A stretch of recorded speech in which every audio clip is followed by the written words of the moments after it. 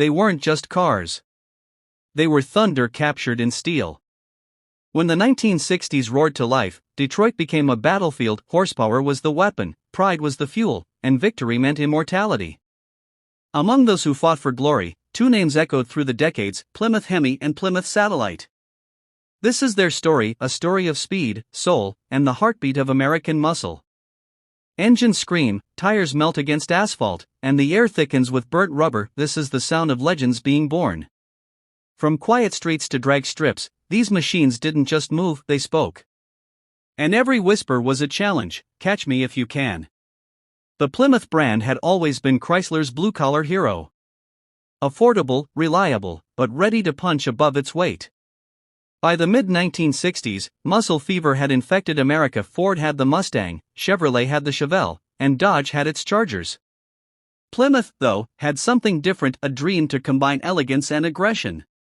So in 1965, they released the Plymouth Satellite, a car designed not to intimidate, but to impress.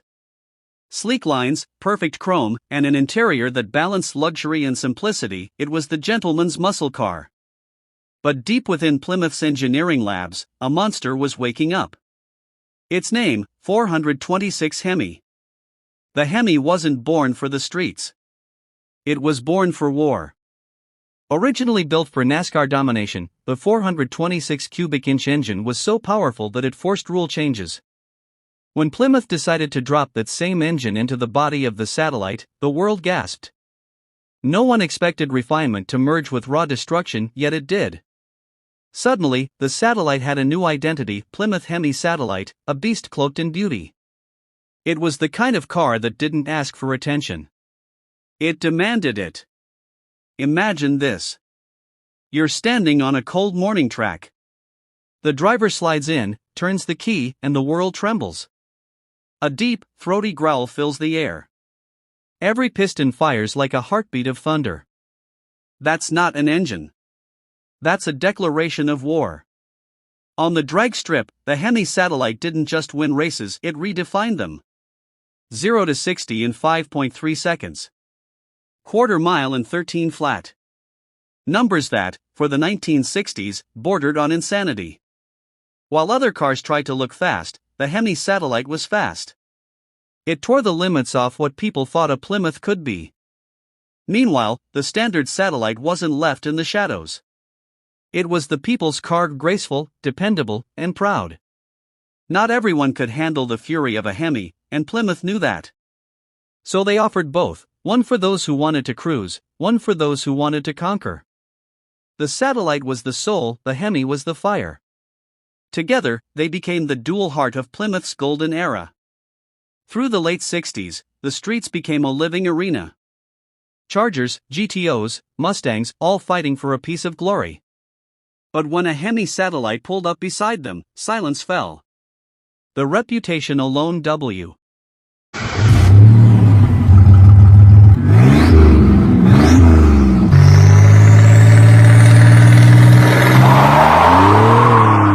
was enough to shake competitors.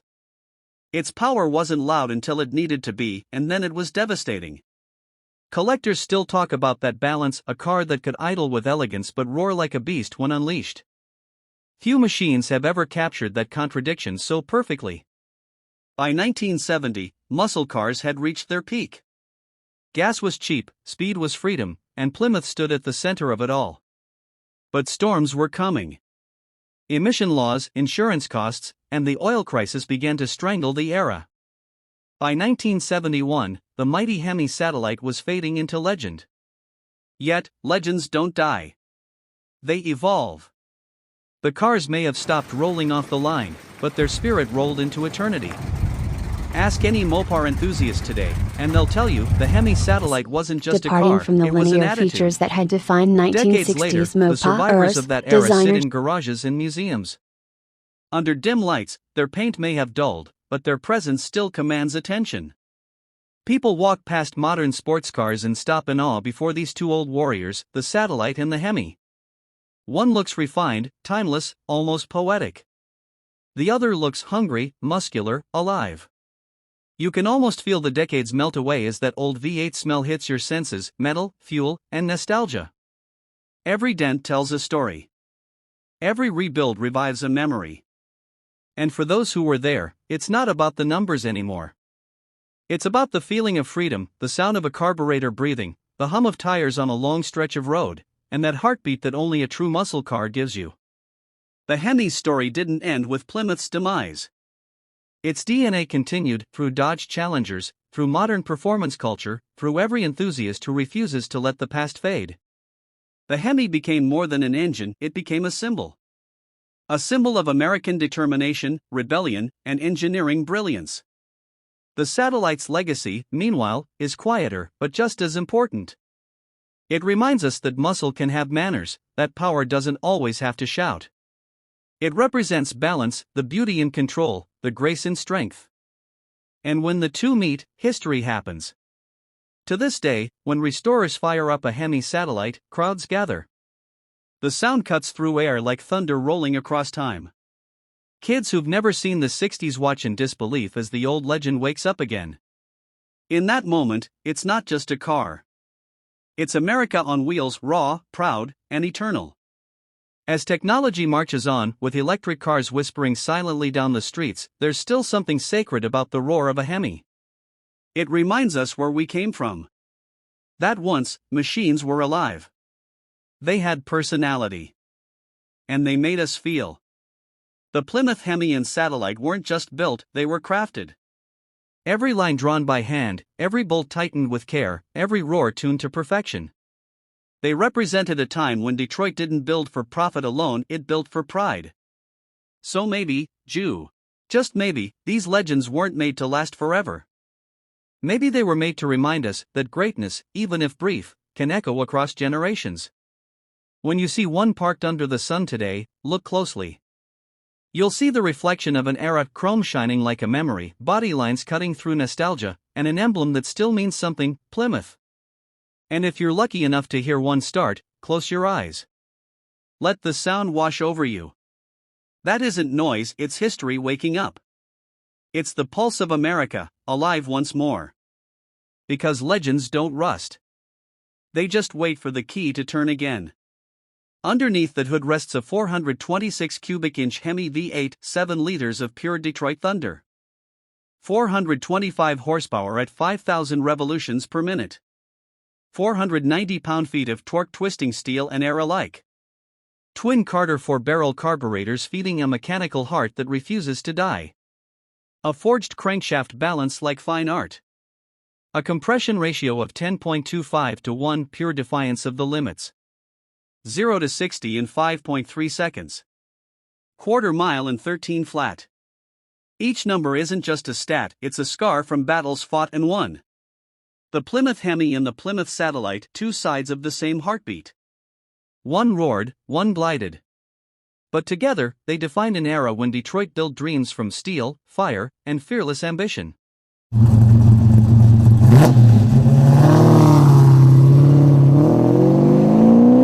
As the 1970s dawned, the highways of America still trembled beneath the sound of raw Hemi thunder. The Plymouth name carried a legend born from racetracks, raised on backroads, and worshipped in garages where young men tuned dreams into horsepower.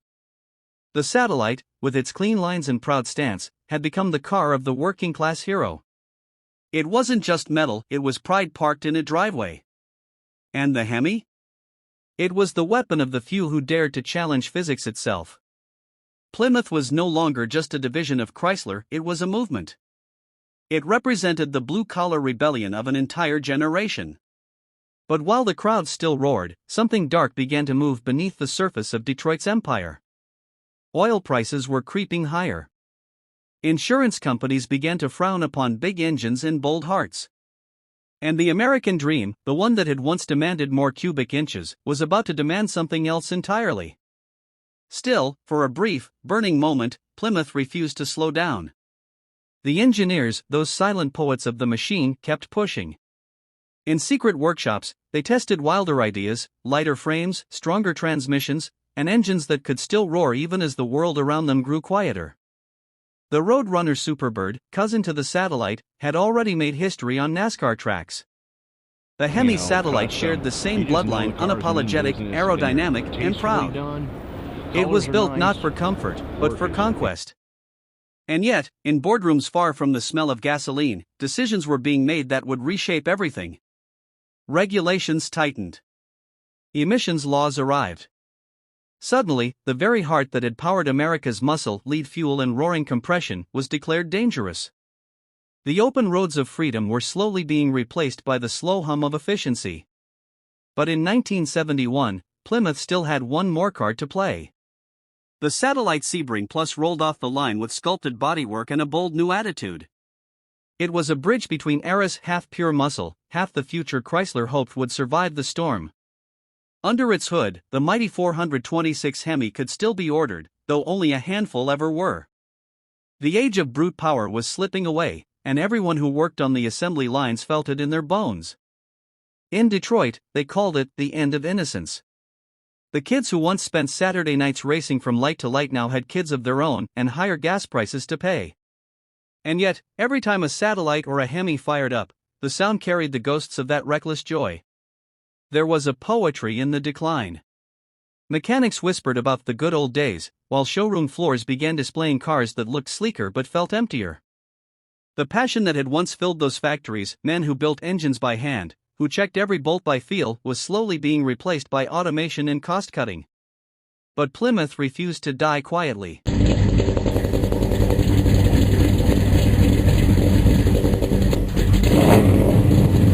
Its engineers, defiant as ever, poured their souls into one last generation of cars that still felt alive. They knew the rules had changed. They knew the days of wide-open throttle were ending. And yet, they still believed that no computer could ever replace the sound of a Hemi at full song. The Satellite became the last torchbearer of that belief, a car that carried the fading heartbeat of an era. On the outside, it looked like a family car. But deep inside, under the steel and paint, it was still a rebel. Every piston, every spark, whispered the same message: don't forget where we came from. Then came 1973. The oil crisis hit. Overnight, horsepower became a dirty word. Gas lines formed across the country, and the cars that once symbolized power now represented excess. People began trading muscle for mileage, and Plymouth's roar faded into a whisper. Still, somewhere in Detroit, a small group of workers refused to give up. They kept the old molds, the old parts, hidden in quiet corners of the plant. They remembered what those cars meant. They remembered the thrill of the first test run, the smell of new rubber on fresh asphalt. And they knew deep down that one day, the world would remember too. Because legends never really die. They just go dormant, waiting for the next generation to rediscover them. And so the Hemi Satellite, the once mighty symbol of raw American engineering, slowly disappeared from the showrooms, but not from the hearts of those who lived its glory. Car magazines began calling it a relic, a dinosaur, a piece of history. But those who had driven one knew better. They called it something else entirely: freedom. Even as Plymouth's sales faltered and the muscle era faded, whispers of its greatness traveled through garages, racetracks, and small-town meetups. In every community, there was always one old guy with a Satellite under a tarp waiting for the right day to bring it back to life. Because legends built on passion never vanish.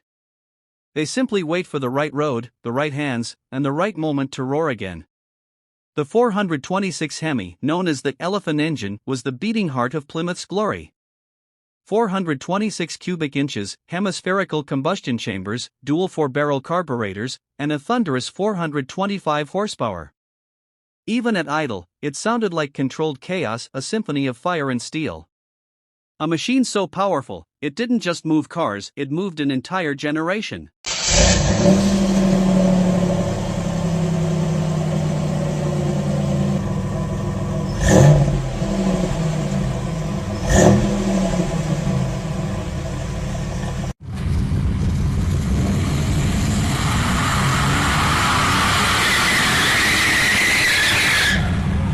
The echoes of the Hemi faded slowly across America's roads. By the mid-1970s, the age of muscle was on life support. The smell of burnt rubber was replaced by the scent of unleaded gasoline and compromise. Factories once filled with the clatter of engines now hummed with uncertainty. And the men who built legends watched their creations vanish into memory. For Plymouth, it was more than a corporate struggle, it was an identity crisis. The brand had been born from courage, from the belief that ordinary people could own extraordinary machines. But in an era chasing fuel efficiency and safety regulations, that spirit seemed old-fashioned, almost rebellious. Cars became quieter, smaller, and tamer. And the mighty Hemi? It was retired, sent to rest like a lion behind bars. Still, something about Plymouth refused to die. In garages across the country, gearheads held onto their satellites and Hemi beasts like sacred relics. They restored them, piece by piece, finding parts at junkyards, swapping stories at weekend meets, turning wrenches late into the night. Each spark plug, each bolt tightened was an act of defiance. A promise that what Detroit had once built in fire would never be forgotten. The 1970s rolled into the 1980s, and America's roads changed again. Imports began to dominate. Technology took the place of torque. But the sound of a carbureted V8, the deep, rhythmic heartbeat of the Hemi, still haunted those who had heard it once. It wasn't just nostalgia. It was identity. For many, it was a reminder of who they were before the world changed. Plymouth tried to adapt. There were new models, new slogans, and a desperate hope that modernity could revive the brand's fading pulse. But the truth was harsh, the soul of Plymouth had always been its muscle. Without that thunderous energy, it was just another nameplate on a corporate ledger. By the 1990s, sales dwindled. The badge that once ruled the strip and the track now clung to the edges of Chrysler's lineup, forgotten by the market but never by the faithful. And yet, every legend deserves a final chapter. In small towns and quiet suburbs, a new generation began to find those old satellites and Hemis rusted, faded, but still breathing beneath the dust. They weren't buying them for speed. They were buying them for what they represented: freedom, craftsmanship, rebellion. You could see it in their eyes when the engines fired again. That spark of recognition, of something real, something raw, that no electric hum could ever replace. The Hemi became myth, whispered about in documentaries, restored in garages, and honored at car shows where fathers brought sons and said, "That's what power used to feel like." And the Plymouth name, though gone from dealerships, became immortal through those memories. Its story wasn't written in corporate reports, it was written in burned rubber, oil-stained hands, and the endless highways of America. When Chrysler finally announced the end of Plymouth in 2001,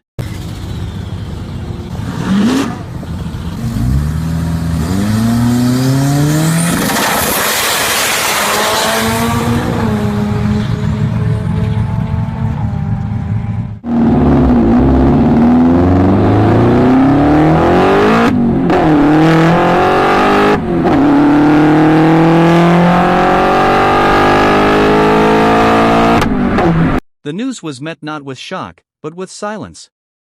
A respectful silence, the kind that follows the end of a great song. Because everyone knew what Plymouth had done. It had built not just cars, but moments. Moments of glory, danger, rebellion, and pride. Moments that defined an era when the American dream came with a steering wheel and a full tank of gas.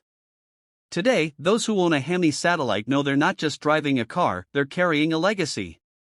A living echo of Detroit's boldest chapter. When they press the throttle and feel the deep vibration through the chassis, they're hearing the voice of history itself. It's not perfect. It's loud, rough, and unrefined. But that's exactly what makes it beautiful. Because perfection never moved hearts, passion did. And passion was what Plymouth gave the world. Even now, half a century later, collectors chase original parts, documentaries revisit its glory, and engines rebuilt by hand roar again beneath open skies. Each restoration is a resurrection. Each ignition is a heartbeat reborn. In that sense, Plymouth never truly died. It simply transformed, from a brand into a legend. From a car into a memory that refuses to fade. The Hemi and Satellite remain its twin monuments, one raw, one refined, both symbols of an age when courage mattered more than conformity. When you see one on the road today, paint gleaming under the sun, chrome glinting, engine rumbling like distant thunder, you can almost feel the ghosts of the men who built it watching proudly. Their craftsmanship lives on in every mile, every gear shift, every echo of that unmistakable sound. It's not just nostalgia, it's reverence. A tribute to an era when machines had souls, and every journey began with the turn of a key and the promise of the open road.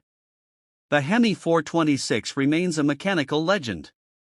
Its hemispherical combustion chambers created perfect flame travel, delivering explosive efficiency and raw, brutal torque. With 425 horsepower and 490 lb-ft of torque, it propelled Plymouth's finest into the realm of myth. Even after decades, few engines have matched its symphony of thunder and eternal heartbeat of the Golden Age.